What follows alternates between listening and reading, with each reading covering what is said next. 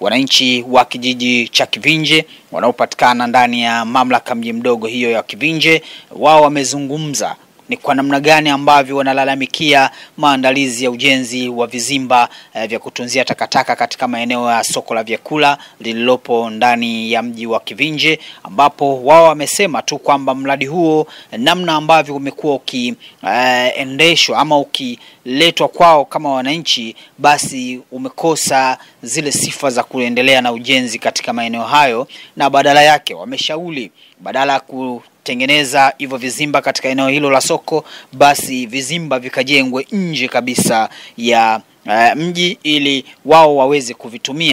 Yamezungumzwa hayo na baadhi ya wananchi walipofanya mazungumzo na mwanahabari wetu, ambapo wameeleza kuwa utaratibu uliotumika katika kuhamasisha ujenzi huo hauko sawa kwa kuanzia kwenye uhalali wa mikutano. Hivyo wameshauri ujenzi huo kufanyika katika maeneo ya kando wa mji kwa kulinda afya za wananchi.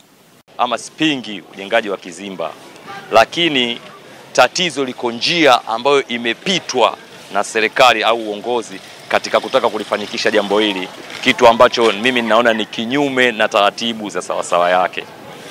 Kwa nini? Kwa sababu hili jambo la kutaka kujenga kizimba ni la kimaendeleo ya kijamii yetu yote, jamii nzima, watu wa mazingira husika. Lakini cha ajabu hapa kufanyika mkutano, yani hapa kufanyika mbiu au uwito wa wananchi ili kuja kulijadili jambo hilo. Kilichotokea nakumbuka ni siku ya tarehe 14. Siku ya tarehe 14 ndio zoezi hili lilipoendelea. Tumekaa katika mazingira yetu, tunaona watu, baadhi ya watu na viongozi wanaingia. Umeona hapa kuna nini? Baadaye tukagundua, tukapata taarifa, bwana hapa kuna mkutano. Mkutano umekuaje? Ndio sijui, lakini kuna mkutano. Sawa basi, na sisi tubidi sawa tusikilize, kwa sababu mkutano unavyoonekana ni wetu wote. Kama ingekuwa mkutano labda wa ndani wangeitana sehemu nyingine, lakini mida mko hapa, huu ni wa kwetu. Kweli tukachukuana, hali ya hewa ilikuwa si nzuri kidogo. Kwa hiyo tukasogea maeneo ya sokoni, ndani ya soko. Tulivyoingia mule ndani, lakini tukao tunaona picha za watu fulani, yani wa aina moja kimazingira. Baadaye wakati tunauliza kabla mkutano haujaanza, tukagundua kuna watu walialikana kimya waje ili waje kulipitisha swala zima la kizimba. Panataka kujengwa kizimba sokoni. Kwa hiyo imeonekana hapa tukikaa jamii yote kuna watakao kataa, lakini ili swala linaonekana linalazimishwa likubalike. Kwa hiyo wameitana kimya ili kuweza kulipitisha hili. Kweli wananchi tukasubiri pale, tukasikiliza. Pale pakawa pana hali za sintofahamu. Mkutano mbona hivi?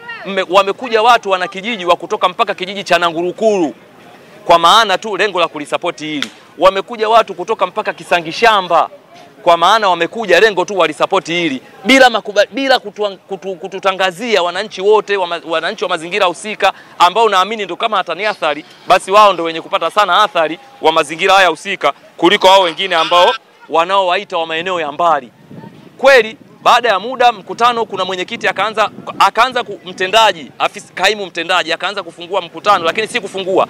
Akasema tulichoitania hapa, tunataka kuunda kamati kwa ajili ya ujenzi wa kizimba. Wananchi kaerapti, unatujengeshaje, unatuundiaje kamati katika lipi? Kwa makubaliano gani unataka kuunda kamati ya kizimba?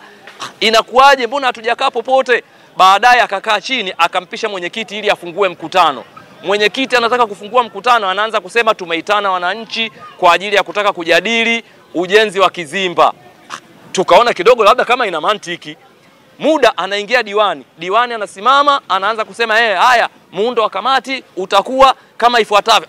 Unatuundiaje kamati? Tumekaa wapi? Kwa nini uunde wewe kamati wakati jambo hili letu sote? Kwa nini muitane kimya ili mseme mnataka kujenga kizimba? Mnaitanaje kimya? Jambo letu sote, wananchi wote. Mnaambiana nyinyi, alafu mnasema mnataka kuunda kamati. Kamati unaundaje katika misingi kama hiyo ya kuchagua wewe? Kwa nini tusichaguane wenyewe? Na kwa nini tusiitane wote wananchi, tukakaa tukajadili, tukasema kweli hiki kitu kinafaa au hakifai? Unatuchagulia wewe kamati, unawachagua wewe watu waje. Tukihisia tunahisi hapa kama kuna kitu kimepitia ndani yake. Yani kama ukichunguza sana, ukitulia, unaona mbona kama kuna mianya labda pengine ya kirushwa imepita. Kwa sababu kwa nini uwapate watu ambapo hujatoa tangazo? Kwa nini watu wanafika unaanza kusema tuunde kamati bila ya kujadiliana na wananchi wenyewe wengine husika, wananchi wote? Umeleta watu kuunda kamati wa kusapoti watu uundwaji wa kamati, watu wa Kisangishamba. watu wana ngurukuru, unataka wewe kusapoti kuunda kamati, lakini wamefanya vile ili ionekane wana wingi wa watu. Ndio maana wamechukua watu mpaka katika maeneo yasiyohusika ili mradi tu lije lipite ile jambo. Kiakili sisi linatupa tabu. Hatujalikataa swala la kujenga kizimba, ila hatutaki kujenga kizimba katika sehemu hii. Hilo la kwanza. Lakini la pili, kwa nini usishirikishe wananchi husika?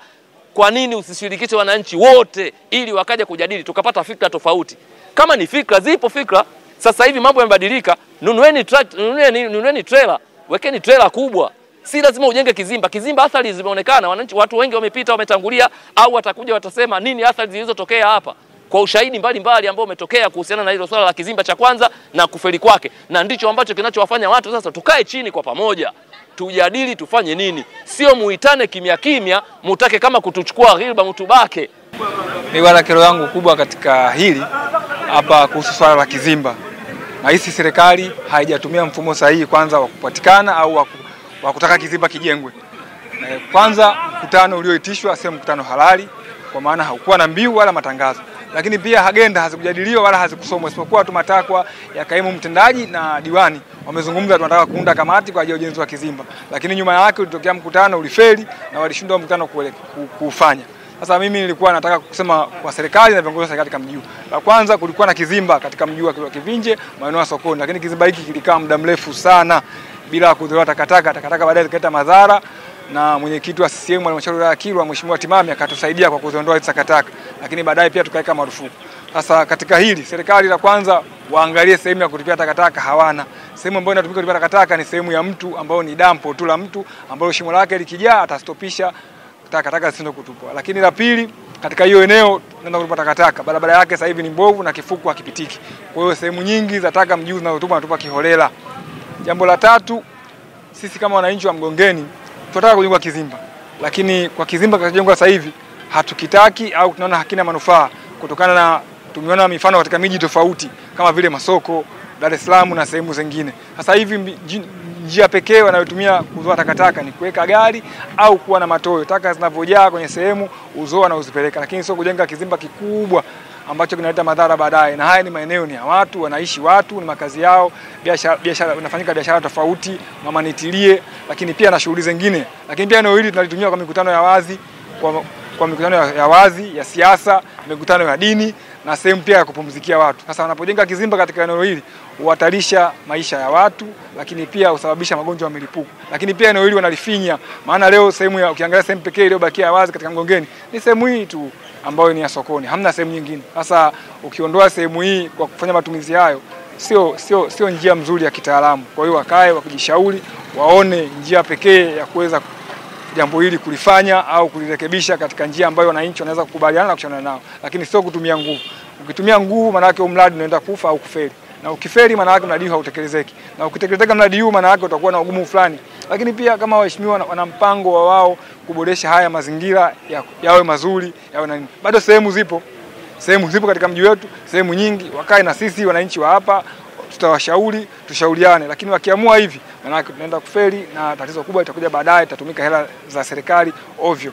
Lakini pia naona kama kuna dalili fulani ya waheshimiwa wana mpango wao kama harufu ya rushwa au harufu ambayo mbaya tunaiona. Kwa nini wahimize mikutano kama hii watumie nguvu wakati mikutano yao ya kilazima kama vile wenye vitu vya vitongoji, madiwani hawafanyi baada ya miezi 3 au miezi 6, lakini mkutano huo unatumia nguvu kufanya na kushawishi watu kwa nguvu nyingi sana. Sasa wakae chini wajishauri na waone huu ni muda pekee sasa hivi wa kutengeneza Kivinje yetu.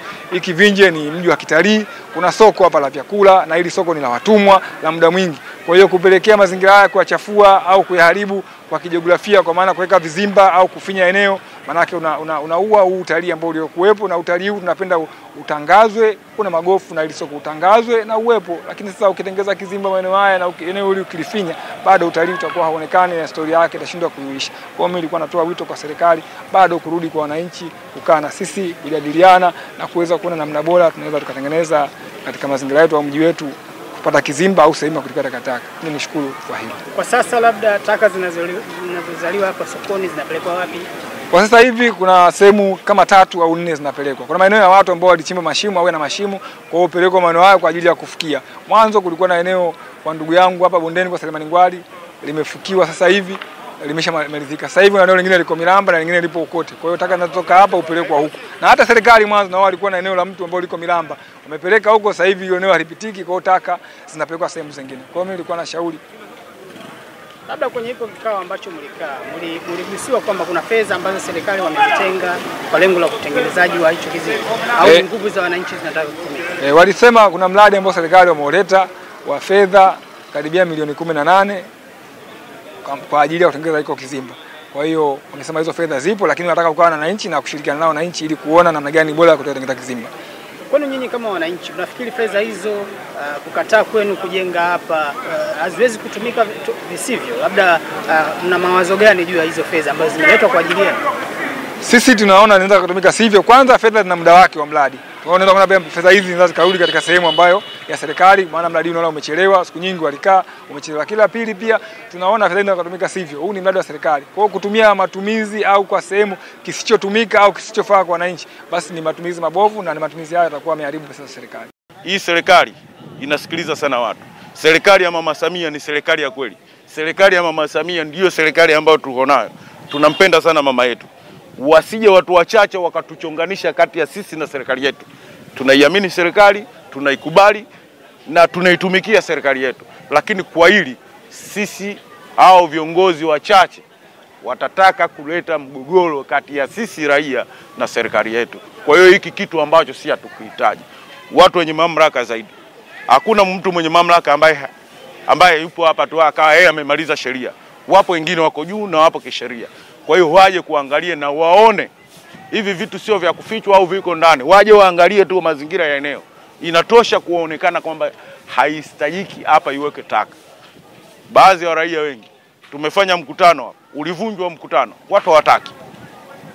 Tulifanya kila aina, watu hawataki, kwa maana tunajumuisha kwamba watu hawataki taka. Watu hawataki kijengwe kizimba hapa. Na sio watu wanakikimbia kizimba. Watu wanakimbia mazingira ya kizimba kwa maana kilikuwepo na walikiona jinsi kilivyokuwa. Na kwa nini mwanzo kilijengwa kizimba watu hawakugoma? Kwa nini mwanzo watu hawakusema wakitaki kizimba? Ila wamekuja baada ya kujifunza kwa matatizo waliopitia. Kwa hiyo mimi nikiwa mkazi, nikiwa mdau na nikiwa raia katika maeneo haya, naungana na baadhi ya raia wenzangu wanaosema kwamba hapa kizimba hakifai kwa maslahi ya afya ya wanadamu. Tuna mradi wa kizimba sokoni kwa niaba ya kituo cha awali cha kukusanyia taka za soko na zikijaa kupeleka dampo. Kwa hiyo kwa hatua ya kwanza kizimba tumeshakubaliana. Kuna wananchi ambao wasioelewa. Wao wamechukua mazoea kwamba mwanzo tulikuwa taka tunaweka kiolela pale, zilikuwa zinawasumbua, zinaoza na vitu vingine. Kwa hiyo nataka kuambia kujenga kizimba walifikiria lile la mwanzo lile kwamba ndio litakuja sasa. Ila tumejaribu kuwaelimisha kwa kifupi, watu wengi wao wamekubali. Lakini kuna watu ambao hawajui watendalo, na hasa kisiasa, kwa sababu kuna watu wanaona siasa ni kuwadanganya wananchi. Lakini kwa wale wanadai maendeleo wamekubaliana na kizimba. Tumeunda kamati tayari, kizimba tushatoa tangazo la mzabuni, wakati wote mzabuni atakuja na kuweza kuanza kujenga kizimba soko la vyakula. Kwa hiyo kwa hilo naishukuru serikali sababu tutengea pale milioni 25 kwa kujenga kile kizimba. Manake ni hela nyingi, na kwa hiyo kazi inafanyika itafanyika kwa weledi zaidi. Labda hali ya ushirikishwaji kwa wananchi ilikuwaje? Wananchi tumewashirikisha kwa sababu tumetoa matangazo, tumewaita na walifika katika mkutano wa mara ya kwanza, lakini idadi ikawa ndogo. Lakini mkutano wa juzi ilikuwa idadi kubwa kwa sababu tulianza kuhamasisha, kuelekeza, na kwa kweli walifika watu wengi tu kuja kupata maamuzi ya kuunda kamati. Kwa hiyo kwa wananchi manake wanaojua umuhimu wa miradi ya serikali wamepokea vizuri. Ila katika kila mahali kwa miji yetu sisi, kwa sababu miji ya kisiasa, kila mahali inatoka kundi moja linapinga, kundi moja lina support. Kwa hiyo kundi la support liko jingi zaidi na wako tayari wa kungojea ule mradi na kuweza kutekelezea. Wananchi hao wamekuwa na hofu hasa kwenye uwepo wa hicho kizimba, wakidai kwamba kinaweza kikawa kama kile cha awali. Labda utofauti wa hiki ambacho kinaenda kutengenezwa na kile ambacho kilikuwepo pale awali nini? Utofauti mkubwa upo kwa sababu kizimba cha awali ilikuwa tu tumeweka eneo la kumwagia taka. Lakini sasa hivi tunajenga nyumba ya kuhifadhi taka. Maana kizimba ambacho kinajengwa, kinaezekwa, kinawekwa milango na mageti kiasi ambacho taka ikiingia mule haiwezi kuzagaa, haiwezi kuwauzi wananchi, wala haiwezi kuleta kero kwa mbuzi wala kwa kuku na vitu vingine. Maana tayari ni jengo ambalo litakuwa inahifadhiwa taka ndani. Sasa wakilinganisha wananchi wanafikiria lile zamani, lakini tabia ya maendeleo watu watakataa, lakini baadhi yake kuona ule ubora na watu watakuwa wameridhika. Kwa hiyo mimi mmoja wapo kwa kuiona ile ramani na kuhamia na imani kabisa kwamba hiki kina mabadiliko na kile. Maana kama taka katika nyumba ya mtu haiwezi kumkela mtu nje. Sasa Namuli kwa sababu tunajenga nyumba, kwa hiyo itakuwa hilo jambo linafanyika. Labda wapo ambao wamegusia kwamba wanahisi kama kuna viashiria vya rushwa hivi ndani yake kwa sababu ya mchaka jinsi unaoendesha. Labda unaulizungumziaje? Kwanza jambo la rushwa hakuna. Kwa sababu rushwa maana yake kama kuna mtu anataka kitu fulani afanye, lakini hiyo ni mpango wa serikali. Mpango wa serikali ni jambo ambalo limeweka masoko mengi, sio kwamba Kivinje peke yake. Hata masoko mradi unaokwenda kutekelezwa Kizimba kama kile cha Kivinje. Kwa hiyo neno la rushwa hapa litafasiriki kwa sababu bado Kizimba kinakwenda kupokea taka za sokoni na soko lile linahudumia watu. Lakini pia tuna hadi nyingine kwamba baada ya kumaliza Kizimba pia tutafute namna kile soko lile kulidhibiti katika hali ya ubora kwa sababu bado inatoa huduma kwa wananchi. Nini nasaha zako kwa wananchi hasa katika kulipokea jambo hili?